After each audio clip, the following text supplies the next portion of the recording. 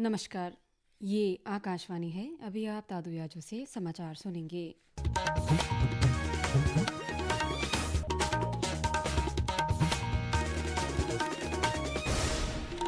पहले मुख्य समाचार। प्रधानमंत्री नरेंद्र मोदी ने कहा, आज पूरी दुनिया भारतीय युवाओं की क्षमता के प्रति आकर्षित है। स्वामी नारायण मंदिर की 200वीं वर्षगांठ पर गुजरात के वरताल में आयोजित समारोह को संबोधित किया। झारखंड में पहले चरण के विधानसभा चुनाव के लिए प्रचार का आज अंतिम दिन। सभी राजनीतिक दलों के नेता प्रचार में जुटे। न्यायमूर्ति संजीव खन्ना ने भारत के 91वें मुख्य न्यायाधीश के रूप में शपथ ली। संयुक्त राष्ट्र का 29वां वार्षिक जलवायु परिवर्तन सम्मेलन आज से अजरबैजान में बाकू में शुरू हुआ। ऑस्ट्रेलिया फिल्मकार फिलिप नॉइस को इस वर्ष भारतीय अंतर्राष्ट्रीय फिल्म महोत्सव में सत्यजीत रे लाइफ टाइम अचीवमेंट अवार्ड से सम्मानित किया जाएगा। अब समाचार विस्तार से। प्रधानमंत्री नरेंद्र मोदी ने कहा है कि पूरी दुनिया भारतीय युवाओं की क्षमता के प्रति आकर्षित है। उन्होंने कहा कि आज दुनिया के ज़्यादातर नेताओं की अपेक्षा है कि उनके देश में कुशल जनशक्ति भारतीय युवा काम करे। श्री मोदी आज सवेरे गुजरात के वरताल में श्री स्वामी नारायण मंदिर की 200वीं वर्षगांठ के अवसर पर आयोजित कार्यक्रम को संबोधित कर रहे थे। उन्होंने कहा कि भारत के युवाओं की वैश्विक मांग और बढ़ने वाली है। श्री मोदी ने कहा कि विकसित भारत के लिए युवाओं को सशक्त बनाना होगा और कुशल युवा देश की सबसे बड़ी ताकत बनेंगे।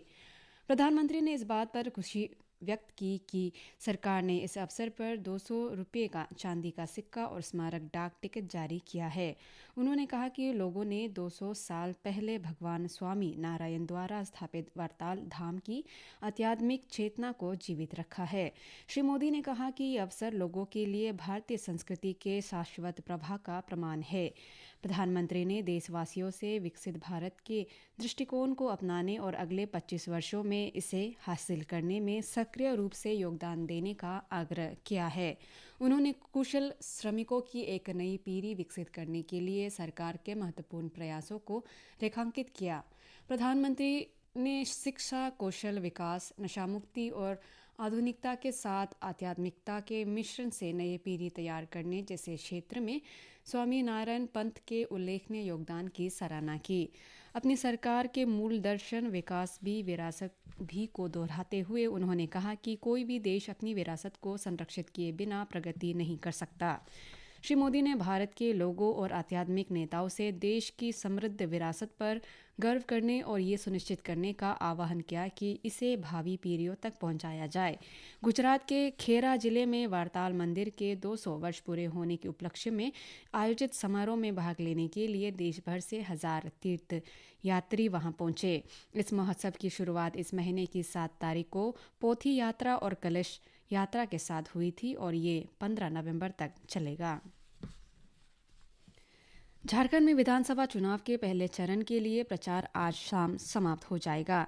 इस चरण में 43 निर्वाचन क्षेत्र में इस महीने की 13 तारीख को मतदान होगा। एनडीए और इंडिया ब्लॉक दोनों के स्टार प्रचारक अपनी पार्टी के उम्मीदवारों के पक्ष में प्रचार के लिए अंतिम प्रयास कर रहे हैं। भाजपा के वरिष्ठ नेता और प्रधानमंत्री नरेंद्र मोदी ने आज मेरा बूथ सबसे मजबूत अभियान के तहत झारखंड में पार्टी कार्यकर्ताओं से बातचीत की। श्री मोदी ने कहा कि झारखंड के तेज विकास के लिए डबल इंजन की सरकार जरूरी है। उन्होंने कहा कि झारखंड वन और खनिज संपदा से समृद्ध है। साधन संपन्न राज्य होने के बावजूद गैर भाजपा सरकारों ने झारखंड की जनता को गरीब बनाए रखा। श्री मोदी ने कहा कि राज्य में समृद्धि के बावजूद विकास का अभाव है और बेरोजगारी चरम पर है। इसका सबसे बड़ा कारण भ्रष्टाचार और झारखंड की अमूल्य प्राकृतिक संपदा की बड़े पैमाने पर लूट है। पार्टी के संगठनात्मक क्षमता का जिक्र करते हुए प्रधानमंत्री ने कहा कि भाजपा खुद संगठन पर आधारित है, इसलिए हमारा चुनाव लड़ने का तरीका संगठन और कार्यकर्ताओं पर आधारित है। उन्होंने कहा कि पिछले 5 वर्षों में झारखंड मुक्ति मोर्चा, कांग्रेस और राष्ट्रीय जनता दल ने बड़े बड़े वादे किए, लेकिन आज झारखंड की जनता देख रही है कि उनके अधिकतर वादे झूठे हैं। उधर झारखंड मुक्ति मोर्चा के वरिष्ठ नेता और मुख्यमंत्री हेमंत सोरेन ने आरोप लगाया कि एनडीए कार्यकाल में झारखंड के हितों की भी अनदेखी की गई है। पलामू में हुसैनाबाद में एक चुनावी सभा को संबोधित करते हुए श्री सोरेन ने एनडीए सरकार पर राज्य की कई महत्वाकांक्षी परियोजनाओं को रोकने का आरोप लगाया। इस बीच आज से मतदान कर्मियों को मतदान केंद्रों पर भेजा जा रहा है।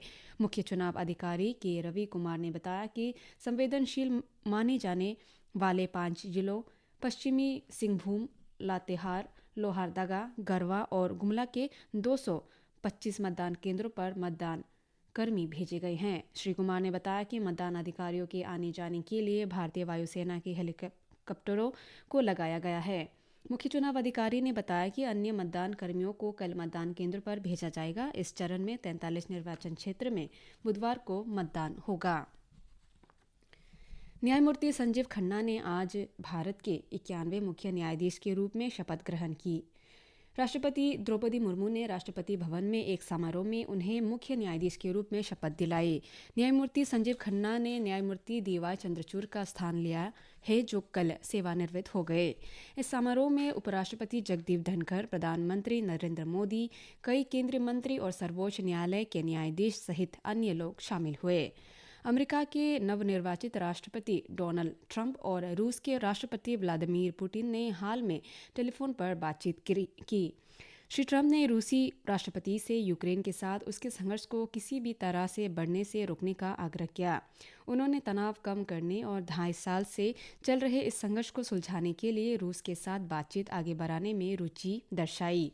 अमेरिकी मीडिया के अनुसार श्री ट्रंप ने यूरोप में पर्याप्त अमेरिकी सैन्य उपस्थिति के महत्व पर प्रकाश डाला और सुझाव दिया कि वो यूक्रेन संघर्ष के समाधान पर अमेरिकी प्रभाव डालने का इरादा रखते हैं। इससे पहले बुधवार को श्री ट्रंप ने यूक्रेन के राष्ट्रपति व्लादिमीर ज़ेलेंस्की से बातचीत की थी। बातचीत के दौरान यूक्रेनी राष्ट्रपति ने क्षेत्र में शांति और स्थिरता सुनिश्चित करने के लिए अमेरिका के नए प्रशासन के साथ सहयोग की आशा व्यक्त की। संयुक्त राष्ट्र वार्षिक जलवायु परिवर्तन सम्मेलन COP29 आज अजरबैजान के बाकू में शुरू हुआ। 2 सप्ताह के इस कार्यक्रम के माध्यम से जलवायु परिवर्तन से प्रभावित और संवेदनशील देशों के लिए नए जलवायु वित्त लक्ष्य को हासिल करने पर ध्यान केंद्रित किया जाएगा। भारत ने वैश्विक जलवायु वित्त ढांचे को आकार देने में महत्वपूर्ण भूमिका निभाई है। भारत बाकू में जलवायु वित्त के लिए एक नए लक्ष्य की तलाश करेगा, जो 2009 में निर्धारित पुराने $100 अरब के वार्षिक लक्ष्य से बहुत अधिक है। 2030 पेरिस समझौते के तहत अपनी प्रतिबद्धताओं को पूरा करने के लिए भारत को लगभग $2.5 ट्रिलियन की आवश्यकता होगी। भारतीय अंतर्राष्ट्रीय फिल्म महोत्सव IFFI का 55वां संस्करण 20 नवंबर से गोवा में शुरू होगा। आज नई दिल्ली में आयोजित एक प्रेस वार्ता में सूचना और प्रसारण राज्य मंत्री डॉक्टर एल मुरुगन ने कहा कि IFFI के लिए फिल्म निर्माताओं और दर्शकों की ओर से जबरदस्त प्रतिक्रिया मिल रही है। डॉक्टर मुरुगन ने कहा कि ये विश्व के सबसे बड़े फिल्म महोत्सवों में से एक है। उन्होंने कहा कि भारतीय सिनेमा देश की अर्थव्यवस्था में बहुत बड़ी भूमिका निभा रहा है।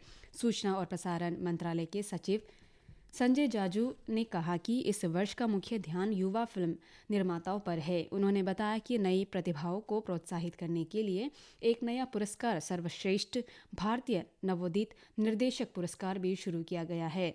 श्री जाजू ने कहा कि इस साल फोकस देश ऑस्ट्रेलिया है और महोत्सव की शुरुआत ऑस्ट्रेलिया की फिल्म बेटर मैन के एशिया प्रीमियर के साथ होगी। उन्होंने ये भी बताया कि सत्यजीत रे लाइफ टाइम अचीवमेंट पुरस्कार प्रसिद्ध ऑस्ट्रेलिया फिल्म निर्माता फिलिप नॉइस को दिया जाएगा। श्री जाजू ने कहा कि इस वर्ष इस फिल्म महोत्सव में 101 देशों से 1676 प्रविष्टियाँ प्राप्त हुई है।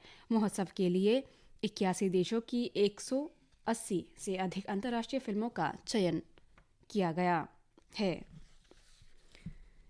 बिहार के राजगीर में महिला हॉकी चैंपियनशिप के उद्घाटन मैच में जापान और दक्षिण कोरिया के बीच रोमांचक मुकाबला 2-2 की बराबरी पर रहा है।